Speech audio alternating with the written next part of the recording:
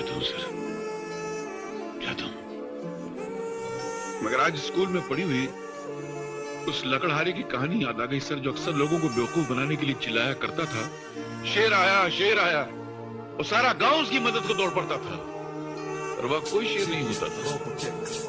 एक दिन सचमुच का शेर आया, उसने बहुत चिल्लाया कि शेर आया शेर आया, मगर उसकी मदद को तब कोई नहीं आया। वही हाल मेरा भी है सर।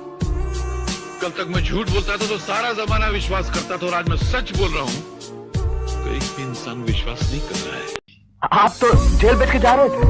अरे सब इन लोगों का प्लान था, मुझे सबूत के साथ पकड़ना चाहते थे। मुझे पहले खुद बाहर जाने दिया और फिर तमाम नकली कागजात के साथ रंगे हाथों पकड़ लिया। इस दुनिया के अंदर इंसान कितना भी बड़ा मुजरिम क्यों ना हो, कितना भी चालाक क्यों ना हो, जुर्म करके कभी बच नहीं सकता है। बिल्कुल सही कह रहे हो बेटा, इसीलिए अंग्रेजी में कहावत मशहूर है ना, क्राइम नेवर पेज। जुर्म करके आदमी कभी भी सुखी रह नहीं सकता, कानून से बच नहीं सकता। इस देश में पढ़ाई लिखाई करने वालों को मिलता क्या है?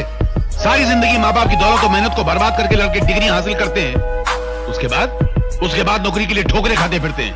आधी जिंदगी पढ़ाई में गुजर जाती है, आधी जिंदगी ठोकरें खाने में गुजर जाती है। तो क्या फायदा ऐसा पढ़ाई हासिल करके? उल्टा पढ़ाई लिखाई हासिल करने के बाद मेहनत मजदूरी करते हुए शर्म आती है, क्योंकि दिमाग की दीवार पर डिग्री की छाप लगा। वैसे भी आज के जमाने में कौन पढ़ाई लिखाई करके साधु संत बन जाता है? सभी बेईमान बनते हैं, पढ़ाई लिखाई करके बेईमानी के नए नए तरीके निकालते हैं। मासी जी एक बात बताऊं, आजकल के जमाने में उसी बच्चे को पढ़ना चाहिए जिसके बाप के बाद दौलत का ढेर लगा हुआ हो, ताकि पढ़ाई लिखाई पूरी करके अपने बाप की कुर्सी पर जाके बैठ जाए और पढ़े लिखे डिग्री वाले नौजवानों को अपना गुलाम बनाकर उन पर हुकूमत करे। इसीलिए मैं अपने बेटे को अपनी यूनिवर्सिटी में पढ़ा रहा हूं, ताकि ये बड़ा होकर किसी की नौकरी नहीं करेगा, अपना बिजनेस, अपना कारोबार खुद करेगा, अपने दिमाग के बल पर, अपनी उंगलियों की औसत। क्या माँ, गाली तो गरम गरम दे रही हो, चावल बासी दे रही हो। ऐसा चावल चूहे नहीं खाते, तुम मेरे को खिला रही हो। अरे चाचा, तू कहीं का महाराजा नहीं, भिखारी है भिखारी। तो क्या हुआ, इस संसार को चलाने के लिए राजा और भिखारी दोनों जरूरी हैं। राजा टैक्स लेता है तो भिखारी भीख लेता है, राजा महल में राज करता है तो भिखारी तुम्हारे दरवाजे पे आके फरियाद करता है, राजा इंसाफ करता है तो भिखारी बासी खाना साफ करता है। तुम्हारे दरवाजे पे आके अगर मैं भीख मांगता हूँ ना तो तुम मेरे पे एहसान नहीं करती हो, मैं एहसान करता हूँ। अरे साला इस संसार में कौन भिखारी नहीं है, सब भिखारी हैं। हम पेट के भूखे हैं, रोटी के पीछे भागते हैं, इसलिए रोटी की भिखारी हैं। ये साले दौलत के चाहने वाले दौलत के भूखे हैं, इसलिए दौलत के पीछे भागते हैं, दौलत के भिखारी हैं। ये कुर्सी को चाहने वाले वोटों के पीछे भागते हैं, क्योंकि ये वोटों के भिखारी है। अपने मन से देखो तो इस संसार में हर इंसान हर घड़ी किसी न किसी चीज के पीछे भागता रहता है, हर इंसान किसी न किसी चीज का भिखारी है। बस फर्क इतना है कि कोई भिखारी जिसकी तकदीर अच्छी होती है वो अच्छाई बटोर लेता है, और जिसकी तकदीर खराब होती है वो बुराई बटोर लेता है। ड्यूटी पे? तो ड्यूटी वाले बाबू जरा एक बात तो बताना, क्या? पिछले महीने मंत्री महोदय जब दौरे पे निकले थे तो कदम कदम पे उनकी रक्षा के लिए पुलिस फोर्स वाले खड़े थे, और तुम जनता का जोखम लेके निकलते हो, पैसे लेके निकलते हो। पुलिस फोर्स तो एक तरफ, एक सूखा मरा हुआ हवलदार भी तुम्हारे साथ नहीं है। मंत्री महोदय तो बैल की तरह मुस्टंडे हैं, और तुम सूखे मुरझाए हुए खजूर के पत्ते की तरह हो। क्या ये सरकार की बेईमानी नहीं है?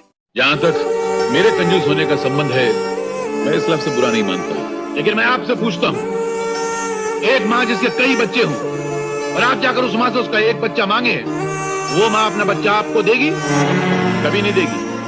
इसी तरह मैं भी अपनी मेहनत से कमाए हुए अपने एक एक पैसे को अपनी औलाद समझता हूँ। अगर वो माँ अपना बच्चा नहीं देगी तो मैं भी अपना बच्चा आपको मुफ्त में नहीं दूंगा।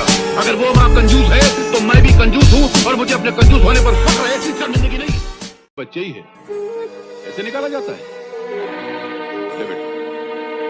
आज स्विमिंग पूल बनाएंगे दोस्तों। आज के इन बच्चों को स्विमिंग पूल से ज्यादा रोटी की जरूरत है, यतन ढांकने के लिए कपड़े की जरूरत है, सर छुपाने के लिए छत की जरूरत है, और कल किसी चौराहे पर खड़े होकर भीख न मांगे, अपना भविष्य अपने हाथों बनाए, उसके लिए शिक्षा की जरूरत है। वही ऐसा कुछ तो कर नहीं रहे, स्विमिंग पूल बना रहे। क्या पूरी कौम को डुबाओगे स्विमिंग पूल में? यानी कि तुम ये स्टूल नहीं खिसकाओगे? बिल्कुल नहीं। एक काम करो। अरे फिर काम करो। ये रस्सी में गले में डाल लेता हूँ, तुम मुझे खिसका दो। अरे यार ये कैसा आदमी है? तुम आत्महत्या करने आए हो या मेरे हाथों हत्या करवाने आए हो? ये तो सोचने वाला पॉइंट है। तो बैठ के सोचो।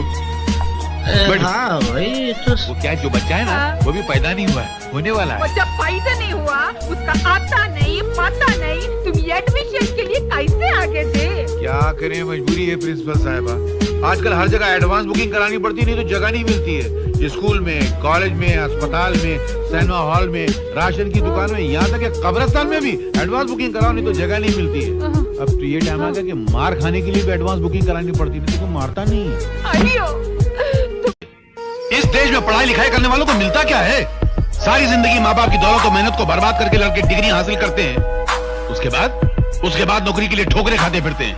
आधी जिंदगी पढ़ाई में गुजर जाती है, आधी जिंदगी ठोकरें खाने में गुजर जाती है। तो क्या फायदा ऐसा पढ़ाई हासिल करके? उल्टा पढ़ाई लिखाई हासिल करने के बाद मेहनत मजदूरी करते हुए शर्म आती है, क्योंकि दिमाग की दीवार पर डिग्री की छाप लगा। वैसे भी आज के जमाने में कौन पढ़ाई लिखाई करके साधु संत बन जाता है? सभी बेईमान बनते हैं, पढ़ाई लिखाई करके बेईमानी के नए नए तरीके निकालते हैं। माता जी एक बात बताऊं, आजकल के जमाने में उसी बच्चे को पढ़ना चाहिए जिसके बाप के बाद दौलत का ढेर लगा हुआ हो, ताकि पढ़ाई लिखाई पूरी करके अपने बाप की कुर्सी पर जाके बैठ जाए और पढ़े लिखे डिग्री वाले नौजवानों को अपना गुलाम बनाकर उन पर हुकूमत करे। इसीलिए मैं अपने बेटे को अपनी यूनिवर्सिटी में पढ़ा रहा हूं, ताकि बड़ा होकर किसी की नौकरी नहीं करेगा, अपना बिजनेस, अपना कारोबार खुद करेगा, अपने दिमाग के बल पर अपनी उंगलियों की औसत। सब गैर कानूनी धंधा करने वालों के खिलाफ बेधड़क लिखता। अरे तो लिखता होगा, हमसे क्या लेना देना है? हम तो बहुत शरीफ आदमी हूँ, और हम कहाँ है मालूम? RDU मतलब रिक्शा ड्राइवर यूनियन का लीडर हूँ। इसके अलावा HGU मतलब हाथ गाड़ी की जो यूनियन है उसका भी लीडर हूँ। कोई मामूली आदमी नहीं हूँ हम। और तुम जानते हो मैं कौन हूँ? अरे कलेक्टर और का हमारे जो तेरे पोर्टफोलियो थोड़ी ना है तुम्हारे पास। इस जिले का हर दरख्त, हर खेत। कई दिनों से आप चटनी रोटी ही खा रहे हैं। कहते हैं चादर जितनी बड़ी हो इंसान को पैर उतने ही फैलाने चाहिए, मगर मेरी तो चादर ही छिन गई है। अब मुझे सारी जिंदगी पैर सुकेड़ के सोना होगा। ऐसा मत बोलिए बाबूजी। हाँ बेटी, मैं अपने हिस्से का खाने से ऊपर से धो कर पहनता था। आज तक इसमें से उसकी मेहनत की खुशबू आती है। ये है मेरा काला धन, ये है मेरा काला धन जिसकी मैं पूजा करता हूं। ये मेरी दौलत है।